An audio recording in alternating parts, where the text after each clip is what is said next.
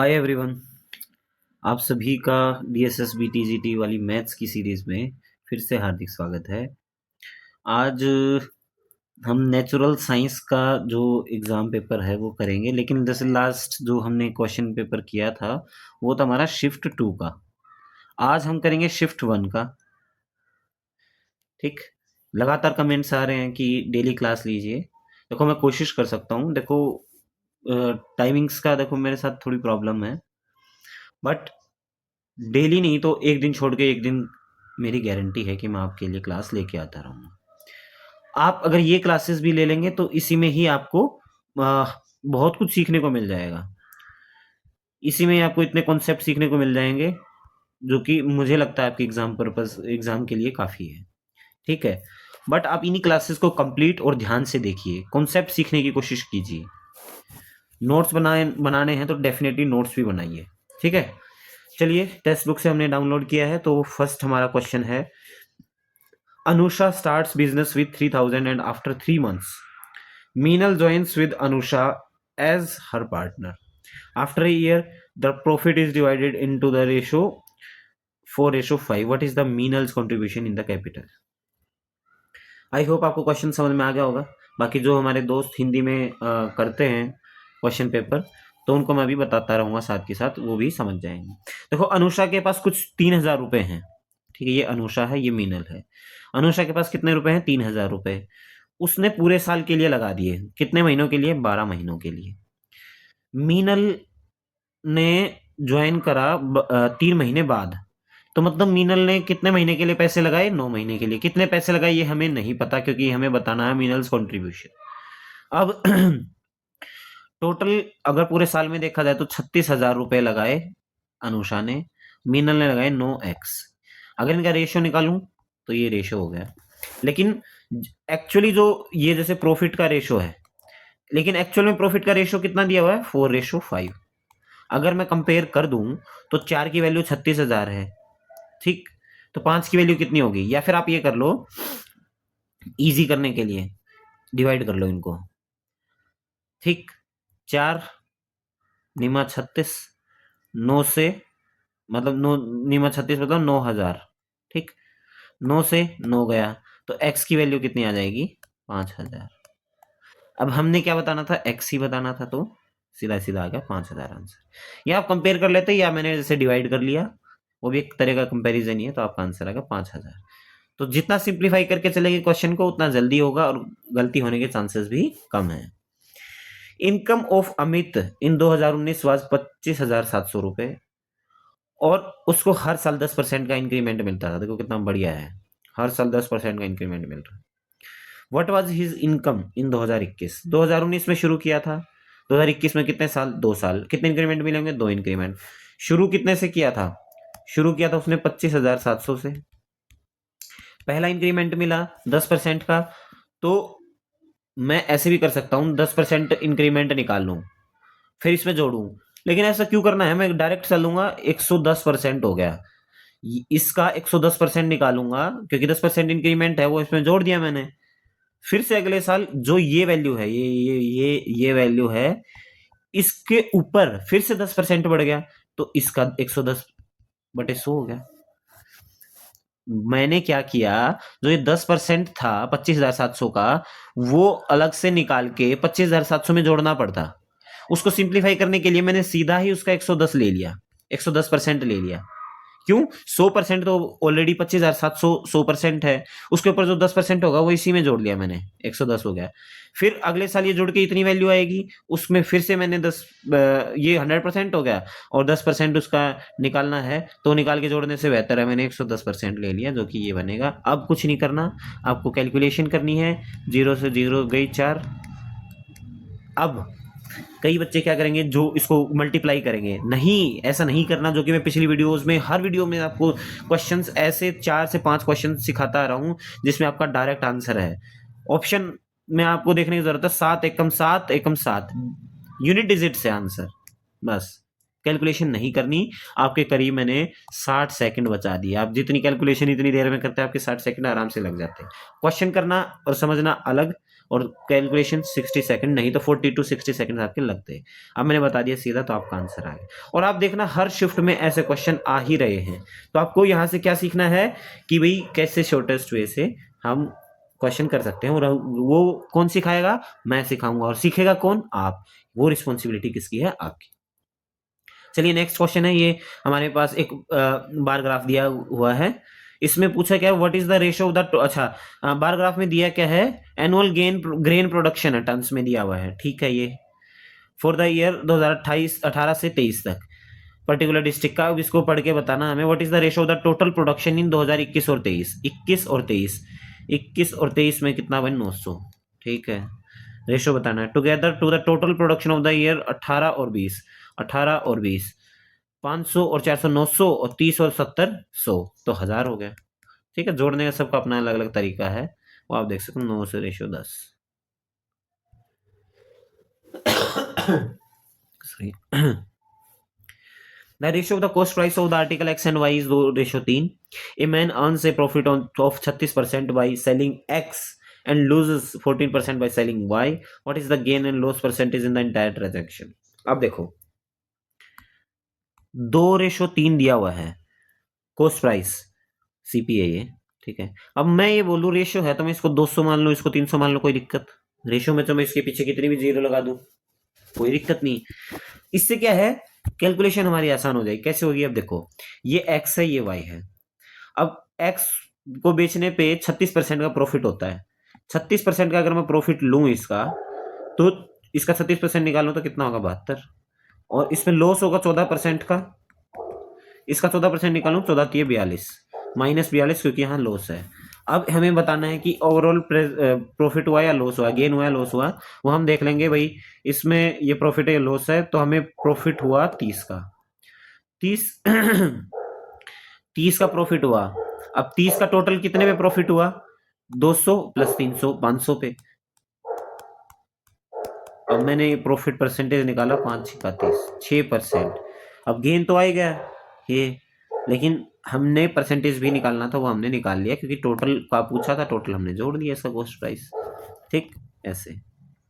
Average age of 47 students of A class is 12 years. If the age of the teacher is also included, the average age of the whole group becomes 13 years. The age of teacher is, ये concept में पहले की बहुत सारी shifts जो करवा चुका हूँ पीआरटी की, उसमें करवाया हुआ है। कॉन्सेप्ट समझाऊंगा नहीं, लेकिन आज मैं आपको बोलूंगा कि इस कॉन्सेप्ट को इस तरीके से रट लो, क्योंकि ऐसा क्वेश्चन आएगा तो आपकी गलती होने के बिल्कुल भी चांसेस नहीं है। बस ऐसा करना, आपका तुरंत आपके आंसर आपके हाथ में आ जाएगा। कैसे? अब देखते हैं। स्टूडेंट कितने हैं? 47। एवरेज कितना उनका? 12। फिर एक और बंदा जुड़ गया, कौन? टीचर। तो टोटल कितने बंदे हो गए? 48। एवरेज कितना हो गया? 13। ऐसे आपने लिख लेना है, ठीक है। अच्छा, कितने भी जोड़ते हैं उसमें 5 बंदे 10 बंदे जितने भी जोड़ेंगे तो हम ऐसे लिख लेंगे। अब हमने क्या नोटिस करा है ऊपर से नीचे आते हुए कि एक बढ़ा है, एक यूनिट बढ़ी है, ठीक है। यहां भी नीचे आते हुए देखा हमने 1 यूनिट बढ़ी है। ऐसे केस में आपको क्या करना है, जो ये वाला पार्ट है इसकी मल्टीप्लीकेशन करनी है इसके साथ, जो ये वाला पार्ट है इसकी मल्टीप्लीकेशन करनी है इसके साथ, और जोड़ देना है। यहाँ पे प्लस का साइन मैंडेटरी है, ये जरूर प्लस और माइनस जो भी होगा नीचे की तरफ घटेगा तो वो साइन लगा लेना है। फिर हम लास्ट में क्या करेंगे? जोड़ेंगे। ऐसा नहीं घटाएंगे, माइनस आ गया तो घटाएंगे, सिर्फ जोड़ेंगे। अगर यहाँ पे माइनस कोई वैल्यू आएगी तो वो ऑटोमेटिकली माइनस हो जाएगी, लेकिन हम लास्ट में क्या करेंगे? जोड़ेंगे। अब देखो जोड़ के देखो, यहाँ पे 47 की 1 से मल्टीप्लाई तो 47, प्लस 1 की मल्टीप्लाई 13 से तो 13, कितना हो गया? 60। ये आपका आंसर है। ठीक, जब भी जो ऐड ऑन हुआ है, नया बंदा आया है, ये जो वैल्यू आएगी किसकी आएगी? ये याद रखना है आपको। जो भी नए बंदे जुड़े हैं, यहाँ पे तो एक ही जुड़ा है तो उसकी वैल्यू आई है। अगर यहाँ 5 जुड़े होते तो उसकी वैल्यू ये होती। अगर हमसे फिर भी पूछता है कि भाई उसकी एवरेज कितनी है, तो हम जितनी भी, जैसे 5 लोगों की है तो 5 से डिवाइड कर देते। ठीक है, ये टोटल आया है, जो भी नया बंदा जुड़ा है उसका टोटल आया है। तो हमारे यहाँ पे बंदा एक ही था, उसका टोटल हमारा 68 मीन्स उस बंदे का जो वेट था, या क्या पूछा है ना, वेट, हाँ ना, उम्र पूछी है, जो उम्र थी वो 60 साल थी। अच्छा, नेक्स्ट है, एक आइटम मार्क करा गया 738 रुपये पे और वो बेचा गया 258 पे, तो इसका मतलब काफ़ी भारी डिस्काउंट दिया गया होगा। अब हमसे वही पूछा है कि इसका डिस्काउंट परसेंटेज बताओ। तो कोई चीज़ 738 रुपये की थी और 258 की बेची, तो डिस्काउंट हमें पता चल जाएगा ना कितना है। 13 से 5 गया 8, 6 में 2 गए 480 रुपये का डिस्काउंट है। कितने के ऊपर? 738 के ऊपर। ठीक, हमने अब ये परसेंटेज निकालना है। अब आप बोलोगे यार ये तो बहुत मुश्किल है, ऑप्शंस भी पास पास में हैं। देखो, थोड़ा थोड़ा थोड़ा थोड़ा थोड़ा करने में कोई प्रॉब्लम नहीं है। आपने मैंने पहले भी जैसे अप्रोक्सीमेशन लगाना सिखाया कि आप जिस तरफ बढ़ाते हैं, लाइक आपने डिनोमिनेटर में बढ़ाया है तो लास्ट में जो आंसर आएगा उसमें भी हम बढ़ा देंगे। ठीक, न्यूमिनेटर में बढ़ा देंगे। अगर हमने न्यूमिनेटर में बढ़ाया है तो हम जो आंसर आएगा उसमें से घटा दें। ठीक, अब हम देख रहे हैं यहाँ पे 738 है, डिवाइड करना वो करना बहुत मुश्किल हो जाएगा। तुम या तो पहले तो आप धीरे धीरे करो। देखो, मैं आपको यही सजेस्ट करूंगा कि आप ज़्यादा ज़्यादा अप्रोक्सीमेशन मत लगाओ, थोड़ा थोड़ा लगाओ। लेकिन देखो, मेरी तो प्रैक्टिस हो गई है तो मुझे पता है यहाँ पे अगर मैं इसका 750 भी कर दूंगा तो कोई प्रॉब्लम नहीं आएगी। तो मैंने क्या करा, 738 को मैंने 750 मान लिया। अब मुझे पता है कि मैंने अच्छा खासा बढ़ाया है, तो ऊपर भी उतना ही घटा दूंगा, बढ़ा दूंगा सॉरी लास्ट में, क्योंकि नीचे बढ़ाया तो ऊपर भी बढ़ाना पड़ेगा ना। तो लेकिन 700 के कंपैरिजन में सिर्फ 750 के कंपैरिजन सिर्फ 12 ही बढ़ाया है, तो बहुत ज्यादा नहीं है उसके कंपैरिजन में। तो लास्ट में हम देखेंगे। अब इससे फर्क क्या पड़ा? फर्क ये पड़ा, एक जीरो से एक जीरो गया, 25 दिया 75, 25 चौका 100, 3 से 48 गया, 16 दिया 48, अब आया 16 चौके 64। देखो कैलकुलेशन कितनी इजी हो गई है, आपने देखा कैलकुलेशन कितनी इजी होगी, 64। अब आप एक बात बताओ, नीचे हमने बढ़ाया है तो ऊपर हमें क्या करना पड़ेगा? डेफिनेटली बढ़ाना ही पड़ेगा, क्योंकि हमने नीचे कोई चीज बढ़ाई है। मान लो मैं 20 को डिवाइड कर रहा हूं, एक तो कर रहा हूं 3 से, एक कर रहा हूं 4 से। अब 3 से डिवाइड करूंगा तो 3 6 का 18.66 कुछ ऐसा सा आएगा। ठीक है, अब 4 से करूंगा तो 5 आएगा। ऑब्वियसली अगर मैंने 3 से बढ़ा के मैंने 4 कर दिया है तो ऊपर वाली वैल्यू कम आई है, तो ऊपर वाली वैल्यू को बढ़ाना ही पड़ेगा, तब एक्चुअल आंसर आएगा।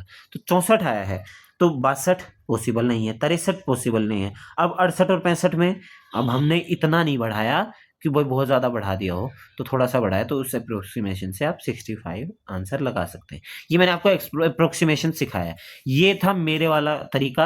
अदरवाइज आप क्या करते? 738 का क्या बनाते? 740 बनाते, फिर आगे और अप्रोक्सीमेशन आप लगा सकते थे। उससे क्या है कि आपके आंसर के करीब जो भी आपका आंसर आएगा अप्रोक्सीमेशन के साथ, वो और करीब आएगा जो फाइनल आंसर होगा। ठीक, लेकिन मैंने यहां देख लिया कि यहां से 2 एलिमिनेट हो रहे हैं और बहुत ज्यादा नहीं बढ़ाया कि वो 68 तक चला जाए, तो 65 आंसर आ गया मेरा। तो मैं ऐसे इस क्वेश्चन को करता। अदरवाइज आप एक्चुअल जो वैल्यू है वो कंप्लीट कैलकुलेशन करके निकाल सकते हैं। An article is sold at a profit of 34%. If the cost price is increased by 50 and selling price is reduced by 65, the profit would be 16.4%. What is the original cost price of the article? देखो ऐसे question है ना, वो थोड़ा time consumption के लिए, आपका मतलब खराब करने के लिए दिए होते हैं। बढ़ा दिया, ये घटा दिया। ठीक है, तो आप चाहें तो मेरा सजेशन है, अगर इजी क्वेश्चन नहीं लग रहा तो आप उसको स्किप करके आगे बढ़ सकते हैं, इसको लास्ट में देख सकते हैं। बाकी ये मुश्किल नहीं है, थोड़ी सी कैलकुलेशन है, वो मैं बताऊंगा कैसे करेंगे।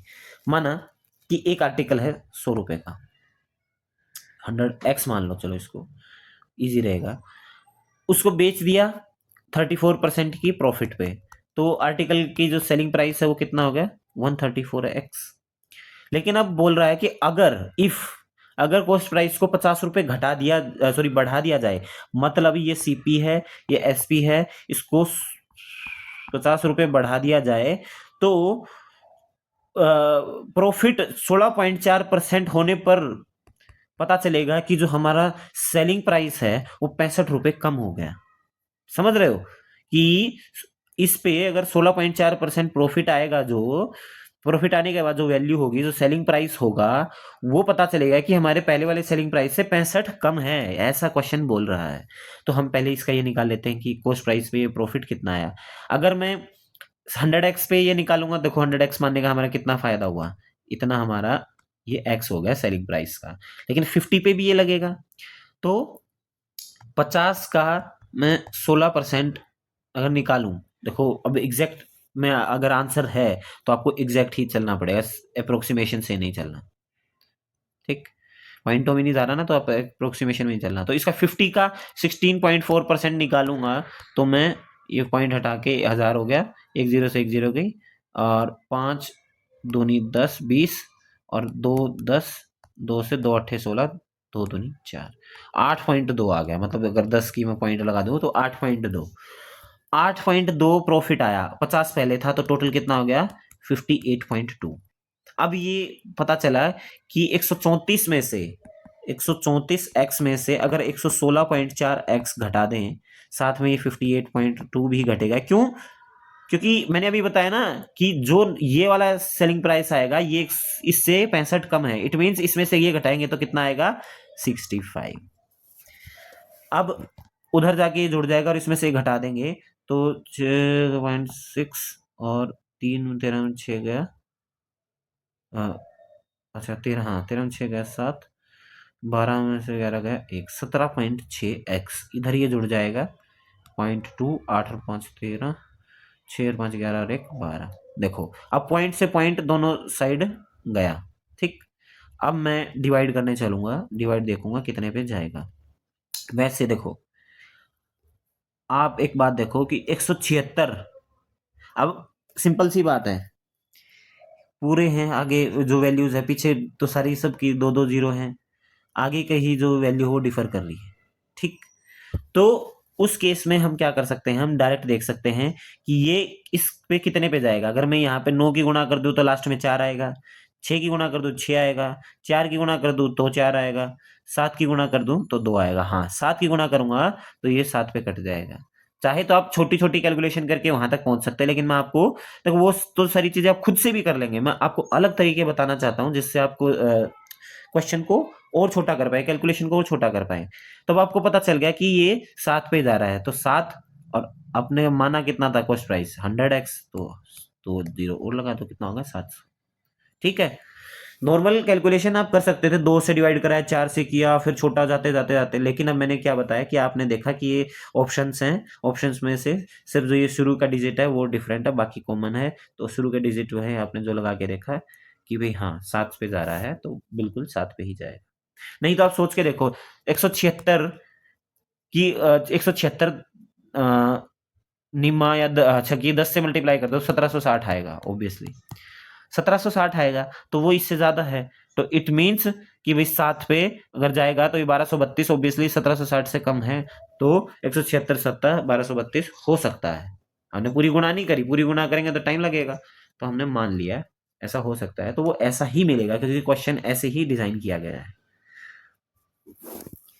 Product of two numbers is 20,000, HCF is 100, LCM बताना है। देखो ये फॉर्मूला होता है, ये आपको याद रखना पड़ेगा। याद रखोगे तो उसके बाद आपको किसी भी क्वेश्चन में कोई प्रॉब्लम नहीं आएगी। इसकी वैल्यू दे रखी है 20,000 और हमें बता रखा है कि भाई HCF 100 है तो हमें LCM बताना है। अब 100 से बस क्या है, तो कट जाएगी, तो LCM 200। 8,510 डिवाइड करेंगे 3 पार्ट्स में, उन तीनों का प्रोपोर्शन ऐसे दिया गया तो तीसरा पार्ट बताना है। जब भी ऐसे प्रोपोर्शन दिया गया हो तो जो नीचे वाले हैं, जो 2 3 4 हैं, इनका हमने एक सेकंड ये ले लेता हूं, उनका हमने एलसीएम ले लेना है। एलसीएम कितना आएगा इसका, 2 3 4 का 12। जो भी एलसीएम आएगा उसको मल्टीप्लाई कर देंगे हम सारे से, तो आपकी एक्चुअल जो इजी रेशो है, जो सिंप्लीफाइड रेशो, वो आ जाएगी। 12 से गुणा करूंगा तो 2 6 का 12, तो पहले वाले में आ गया 6, 3 चौके 12, 4 दूनी 8, 4 तिया 12, 3 तिया 9, ये आपकी एग्जैक्ट रेशो आ गई। ठीक है, इसको मैं ऐसे भी लिख दूं कोई दिक्कत नहीं है, सेम ही चीज है, रेशो में वो सेम चीज है, नो प्रॉब्लम। अब 6 8 14 और 9 23, टोटल बन रहा है 23, और टोटल यहाँ पे कितना दिया 8,510। तो हमने क्या बताना है, थर्ड पार्ट 9, तो 8,510 डिवाइड बाई 23 गुना 9। अब अगेन अगेन वही चीज कि भाई आप ऐसे फाइंड आउट कर सकते हो कि भाई कितने पे जाएगा।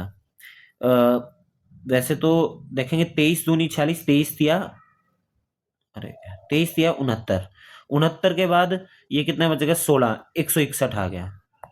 ठीक, तो कितने पे जा सकता है ये, अब आप सोचो कितने पे जा सकता है, 7 पे। 23 3 7 21 यूनिट डिजिट से चलो, आपके काम आसान हो जाएंगे। अब जीरो के जीरो बच गया आखिरी में।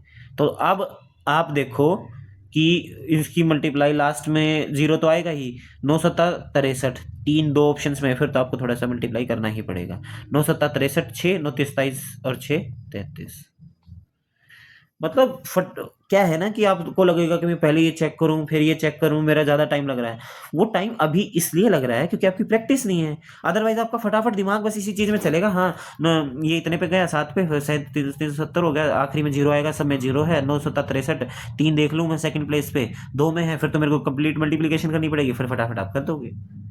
ऐसे ही आपको अप्रोच बनानी पड़ेगी, डेवलप करनी पड़ेगी, ताकि आप एग्जाम में टाइम बचा सको और आपका जो एक्यूरेसी है वो भी सही रहे। ठीक। अच्छा, शॉपिंग मॉल में गए, कौन?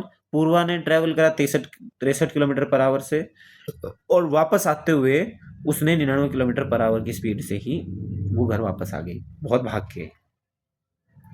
तो उसकी एवरेज स्पीड बतानी है। अब इसमें बहुत अच्छा कॉन्सेप्ट है।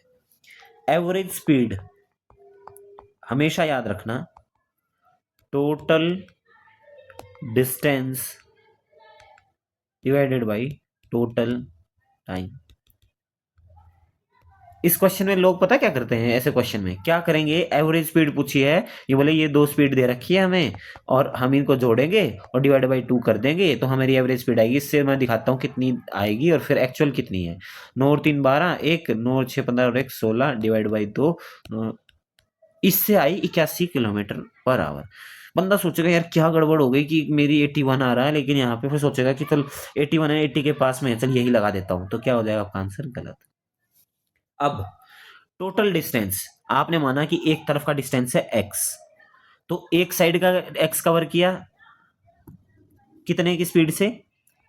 63 की स्पीड से। वापस आते हुए फिर से x कवर किया क्योंकि उतना ही डिस्टेंस था, कितने की स्पीड से? 99 की स्पीड से। तो टोटल डिस्टेंस हो गया 2x। क्यों? एक बार x जाते हुए एक बार x वापस आते हुए।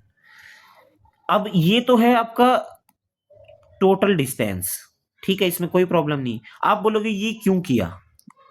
भाई नीचे क्या है? Total time. अब टोटल टाइम कैसे निकलता है, टाइम कैसे आता है? Time is equal to distance upon speed. तो ये है आपका डिस्टेंस, भाई जाते हुए डिस्टेंस x था, स्पीड कितनी थी? 63 किलोमीटर पर आवर। दूसरा, अब वापस आते हुए अब टोटल टाइम बताना है, पहला टाइम तो यह आ गया, वापस आते हुए टाइम स्पीड थी x, डिस्टेंस हाँ डिस्टेंस था x, स्पीड थी आपकी 99, तो ये फॉर्मूला बनेगा। अब इसको आपको सिंप्लीफाई करना है। सिंप्लीफाई कैसे? x से सारी जगह x गया, कोई दिक्कत नहीं। अब इनका एलसीएम ले लो, 99 प्लस 63 आ गया नीचे, और ये मल्टीप्लाई एलसीएम लिया तो ऊपर चला गया, 2 गुना 63 गुना 99, ये कैलकुलेशन बनेगी। ये कैलकुलेशन थोड़ा इस तरफ कर देता हूँ, इनको जोड़ लेता हूँ। 9 और 3 12, 9 और 6 15 1 16, 162, 2 गुना 63 गुना 99 डिवाइड बाई 162। अब 9 से मैं डिवाइड कर सकता हूँ, या तो 2 से 81 और 81 से 9 81, 11 पे गया, 9 7 63, 11 7 77, ये आपका आंसर।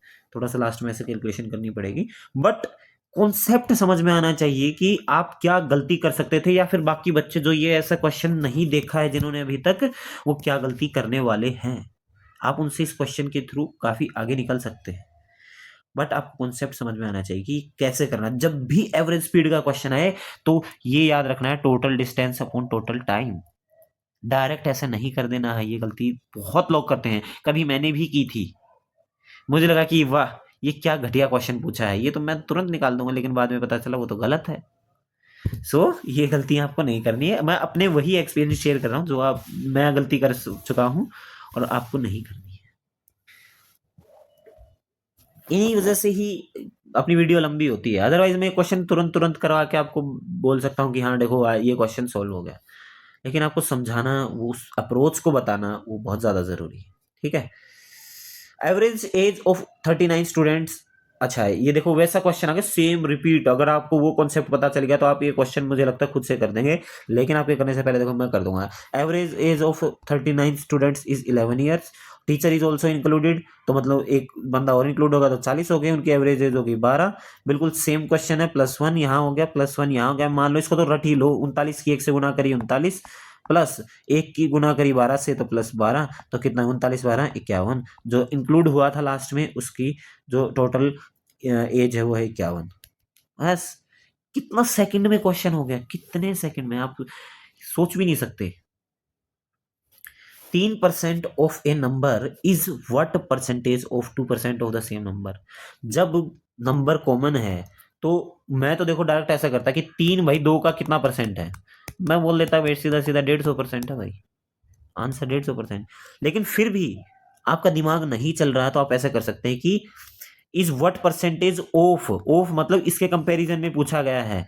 तो मान ला 3%, 3/100, आप मान लो बिल्कुल एक बहुत ही कमजोर स्टूडेंट की तरह बिहेव कर रहे हो, आपको समझ नहीं आ रहा कॉन्सेप्ट, बस आपको ये पता है कि किसी का परसेंटेज का नंबर, किसी नंबर का परसेंटेज ऐसे होता है, तो आपने लिखा ऑफ किसके कंपैरिजन में, 2% ऑफ एक्स। अब टोटल ये इसका कितना परसेंट है, ये गुणा 100। अब एक्स एक्स 100 से 100, सेम यही इक्वेशन आ गई, तो वो आप कैलकुलेट कर ही लेंगे 150%। भाई ये डायमेंशन दिए गए हैं और इन डायमेंशन से आपको बताना है कि वॉल्यूम क्या है क्यूबॉइडल टैंक का। भाई इतनी बार बता दिया है, मुझे नहीं लगता कि आपको ऐसे क्वेश्चंस में कोई प्रॉब्लम आनी चाहिए।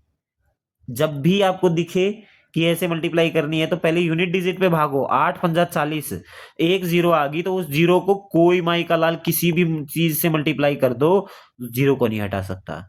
और ऑप्शन में कहाँ है जीरो, सिर्फ सेकंड ऑप्शन में है। अगर दो ऑप्शन में जीरो होती तो मैं आपको बोल देता कि आप इसकी कंप्लीट मल्टीप्लीकेशन करो, लेकिन यहाँ एक ही ऑप्शन में है, तो जो एग्जामिनर है उसने क्वेश्चन सिर्फ और सिर्फ इसी वजह से ही सेट किया है कि आपको ये चीज पता है कि नहीं पता है। भाई इनके मल्टीप्लाई करने पे एक जीरो आ गई तो बस जीरो वाला आंसर है, हमें फालतू की कैलकुलेशन नहीं करनी।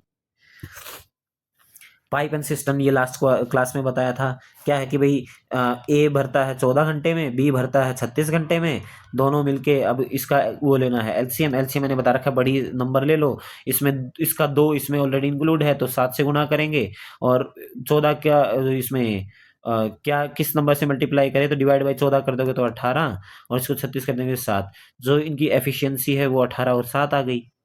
कैसे निकालनी है एफिशिएंसी, इसका एलसीएम निकाल लिया आपने सबसे पहले। वो तो एलसीएम के लिए देखो पुरानी वीडियोस हैं, वो तो देखो आपको देखनी पड़ेगी। हर एक क्वेश्चन के लिए हर एक नई वीडियो में नया कॉन्सेप्ट बताऊंगा, तो देखो बहुत लंबी लंबी वीडियोस बनती रहेंगी।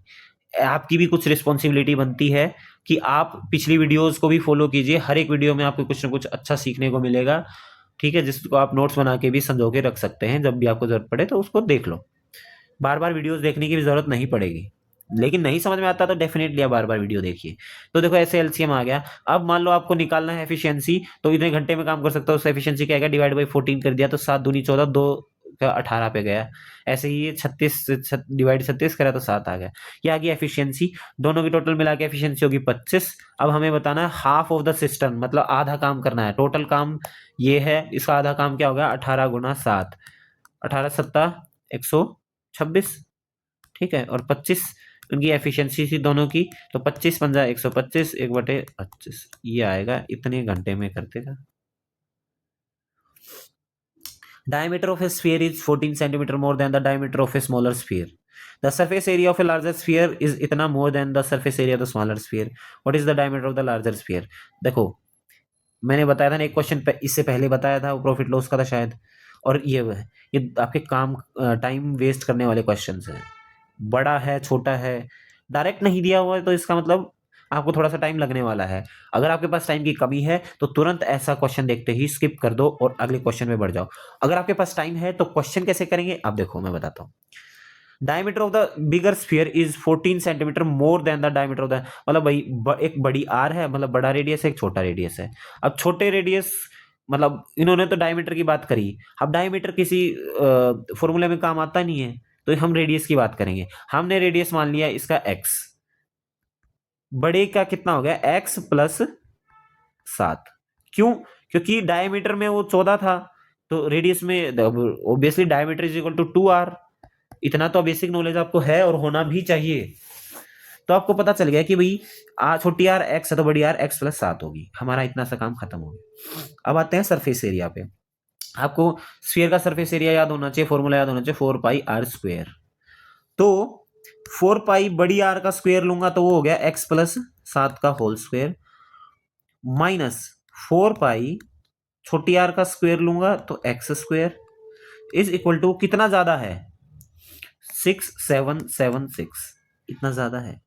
अब 4 पाई कॉमन है तो उधर जाके डिवाइड बाई 4 पाई हो जाएगा। अगर मान लो मैं ऐसा कर दूं, 4 पाई यहां ले जाऊं, 4 तो लिख लिया, पाई का मैंने क्या करा, 22/7 है तो मैं 7 को ले गया ऊपर। ठीक है, 7 के साथ बता रहा हूं कैसे क्या क्या मैंने किया। अब बच गया ये, इसको सिंप्लीफाई करेंगे, ए प्लस बी का whole square, A square plus B square plus 2ab, तो 2ab मतलब 14x माइनस एक्स स्क्वायर से X square cancel, is equal to आगे आ गया ये। अब ये कैलकुलेशन कैसे करेंगे, पहले 4 से डिवाइड कर देंगे, 4 से डिवाइड करना थोड़ा इजी है। अब देखो लास्ट में 76 है, 4 का डिविजिबिलिटी रूल पता है, लास्ट के 2 डिजिट अगर 4 से डिविजिबल हैं तो इसका मतलब संख्या 4 से डिविजिबल है। तो 4 से करेंगे तो 4 एकम 4 27, 4 6 24 37, 4 9 36, 4 चौके 16। कैलकुलेशन कोई दिक्कत हो जाए तो बता दियो। अब हमें पता है नीचे 22 है, इसका मतलब ऊपर 11 से डिवाइड जरूर होगा, 11 दूनी 22, तो 11 एकम 11, 5 16, 11 पंजे 55, 11 चौक 44, देखो हो गया। नीचे 2 है, 2 से भी ये गया, 2 7 14, और ये क्या बन गया यार, ठीक है, 2 7 14, 2 7 14, ठीक है, 77 आ गया ऊपर, और गुना आ गया 7, 77 गुना 7 कितना हो गया, 7 7 49, 4 7 7 49 4 53, 539। देखो कैलकुलेशन तो थोड़ी बहुत इसमें करनी पड़ेगी, क्योंकि इसमें आगे भी हमारा प्लस माइनस है। ठीक है, अगर सीधा मल्टीप्लीकेशन में होता तो थोड़ा इजी पड़ता, हम उसे देख लेते। अब 539 में से 49 गया तो कितना बच गया, 490, और x की वैल्यू कितनी आ जाएगी, 490/14, 7 दूनी 14, 7 7 49, 70 हो गया, 2 35, 35 आ गया x की वैल्यू। जो ये r को हमने x माना था, छोटी r को, 35 आ गई इसकी वैल्यू। बड़ी r की कितनी वैल्यू आ गई, 35 + 7 42 आ गई। अब हमसे पूछा क्या है, डायमीटर पूछा है, तो डायमीटर क्या है, 42 × 2 84, ये आपका आंसर। ठीक है, ऐसे आपको इस क्वेश्चन को करना था। सिंप्लीफाइड वैल्यू बतानी है, कैसे करेंगे, सबसे पहले ब्रैकेट खोलेंगे, बोर्ड मास आपको पता होगा वो तो आजकल आप छोटी संख्या छोटी क्लासेस में सीख लेते हैं। तो 2 दूनी 4, 10 चौके 40, तो 20 × 40, फिर कोई इसकी मल्टीप्लाई कर दे, डिवाइड बाई 10, पहले डिवीजन करना है फिर करना है। अच्छा, ये कितना है, प्लस का 30 माइनस का 75, क्या हम इनको अलग से कर सकते हैं कैलकुलेट, बिल्कुल कर सकते हैं, क्योंकि इनका इस पे कोई फर्क नहीं पड़ेगा। ठीक है, वैसे तो क्या होता है कि प्लस आपको पहले करना, माइनस बाद में करना, लेकिन इनका कोई फर्क नहीं पड़ेगा, तो इसीलिए आप यहाँ पे ही कर सकते हैं। यहाँ पे आपका बनेगा -45, ये हो गया। 20 चौके 80, 80 में से 45 गया तो आपका बच गया 35 आंसर। ये पाई चार्ट है, इसको रीड करना है, बताना है कि भाई spending of a country on various sports. ठीक है, what is the central angle in degrees of the sector corresponding to the expenditure incurred on hockey. Hockey पहला ही नंबर पे ही है, ये 14%। ठीक, अब पाई चार्ट में कि देखो ये है एक सेंट्रल बिंदु, ठीक है, इसका सेंटर पॉइंट है। पूरा देखोगे तो कितना एंगल बनेगा, 360 का, और पूरा अगर आप टोटल परसेंटेज जोड़ोगे कितना होगा, 100 होता है हमेशा, तो 100% का एंगल है 360, और 14% का हमसे पूछा गया है, तो 360 डिवाइड बाई 100 मल्टीप्लाई बाई 14, तो आपने करा 14 6 84, 8 14 3 42, और 8 50, नीचे 10 था तो उसके नाम का पॉइंट लगा दो, इतना डिग्री एंगल है 50.4। The average price of 3 items of the furniture is इतना। ठीक है, if there prices are in the ratio, उनके अलग अलग प्राइस क्या है, 3:5:7। Price of the cheapest item, एक बात बताओ, हम निकाल लेते हैं 5 3 8 और 7 15, भाई 15 टोटल है, और यहाँ पे टोटल कितना दिया है 3 का, 17,820 डिवाइड बाई 15। मैंने इसको डिवाइड करा, 15 एकम 15, 2 28, 15 एकम 15, 13 बच गए 132, 15 7 115, 28 120, फिर कितना बच गया 12, और फिर 120, 15 18 120, 1188 आ गया जब 15 से मैंने डिवाइड किया। अब हमसे पूछा गया है कि चीपेस्ट आइटम, चीपेस्ट कौन सा है, 3, गुणा 3 कर दिया। अच्छा, एक चीज और, अब हमने एक चीज नोटिस नहीं करी कि एवरेज प्राइस ऑफ 3 आइटम्स इतना है, 3 आइटम का एवरेज प्राइस इतना है, ठीक है। तो या तो आप शुरू में ही मल्टीप्लाई कर लेते अगर टोटल हमने निकालना था, या अब आप लास्ट में मल्टीप्लाई कर लो 3 को, क्योंकि एवरेज प्राइस इतना है तो टोटल 3 का कितना होगा, 3 से गुना होगी। उस 3 को गुना या तो पहले कर लो, थोड़ा इजी पड़ जाता, 3 से 5 कट जाता, 5 5 से ये कट जाता, या फिर लास्ट में कर लो, 3 तिया 9 8 72, आखिरी में कितना आ रहा है 2। किस ऑप्शन में है, यस सेकंड वाले में है। पूरी कैलकुलेशन हमें करनी होती ही नहीं, जहां पे हमें जरूरत नहीं तो हम क्यों करेंगे। देखो लो, पाइप एंड सिस्टम वाला भी वही सेम क्वेश्चन रिपीट होगा, इसमें मैं ज्यादा बोलूंगा नहीं, आपको करके बस दिखाऊंगा कि मैंने क्या किया है, आप बस देखते रहना। हमसे बस पूछा यह है कि opened simultaneously if both are opened simul, एक बारी में ही दोनों खुला छोड़ दिए तो बताओ कितना टाइम लेंगे पूरा भरने में, पूरा काम करने में। 290 को काम करने में टोटल इनका एफिशिएंसी होगी 39, 39 से डिवाइड करेंगे तो अब एक बात बताओ, 39 की अगर मैं 10 से गुणा करूंगा तो कितना होगा, 390। ये तो 290 तो 390 से छोटा ही है, इसका मतलब 10 से छोटा ही आएगा, जो ये संख्या है ये 10 से छोटी आएगी। देखो कितने, 3 ऑप्शंस में है, नहीं है, तो सीधा आंसर चौथा ही हो गया। अब बताओ, आपको कैलकुलेट करने की जरूरत पड़ी इसकी, नहीं, वही दिमाग लगाना है सिंपली, ऑप्शंस को भी साथ के साथ ध्यान में रखना है, देखना है कि भाई क्या आंसर हो सकता है। तो आज का हमारा लास्ट क्वेश्चन है, a car travels 150 kilometres in 3 hours and then 200 kilometres in 4 hours, what is the average speed of the car. अब अगेन एवरेज स्पीड की बात है, हमने बात करी थी total distance upon total time. Total distance देखो 150 और 200 350, टोटल टाइम 3 और 4 7। और जब हमें डायरेक्ट दे ही रखा है टोटल टाइम, तो हमें अलग से कुछ ऐसा नहीं है कभी आप तब की तरह लग जाओ, अरे वो तो हमने टाइम निकाला था क्योंकि हमें स्पीड दी हुई थी, अगर आप ऊपर जाके देखोगे तो हमें स्पीड दी हुई थी, तो इसलिए हमें टाइम निकालना पड़ा था। यहाँ पे टाइम डायरेक्ट दे रखा है तो हम क्या करेंगे, डिवाइड बुक कर लेंगे तो 50 किलोमीटर पर आवर आ जाएगा। तो देखो हर क्वेश्चन में आपको सिखाने की मेरी पूरी पुरजोर कोशिश है, आपके कॉन्सेप्ट क्लियर करने की। तो प्लीज आपकी भी इतनी रिस्पॉन्सिबिलिटी बनती है कि आप ये वीडियो ज्यादा से ज्यादा संख्या में शेयर करें और बताएं कि आपको फ्री ऑफ कॉस्ट ऐसे कॉन्सेप्ट सीखने को मिल रहे हैं, ठीक है। और आप ये सोचो कि मैं किसी को ऐसे शेयर करूंगा तो वो कभी मेरे से आगे ना निकल जाए। देखो भगवान सब देखता है, आप जिसकी जितनी मदद करेंगे भगवान भी आपकी उतनी ही मदद करेगा। और पढ़ाई ऐसी चीज है जिसको जितना बांटोगे उतना बढ़ेगी, घटेगी नहीं। इसीलिए मैं ये सारी चीजें फ्री ऑफ कॉस्ट आपके लिए कर रहा हूँ, ताकि मेरे भी कॉन्सेप्ट ताजा रहते हैं, ठीक है। अगली वीडियो में मुलाकात होगी जल्दी ही। Thank you very much, bye bye, take care, जय हिंद।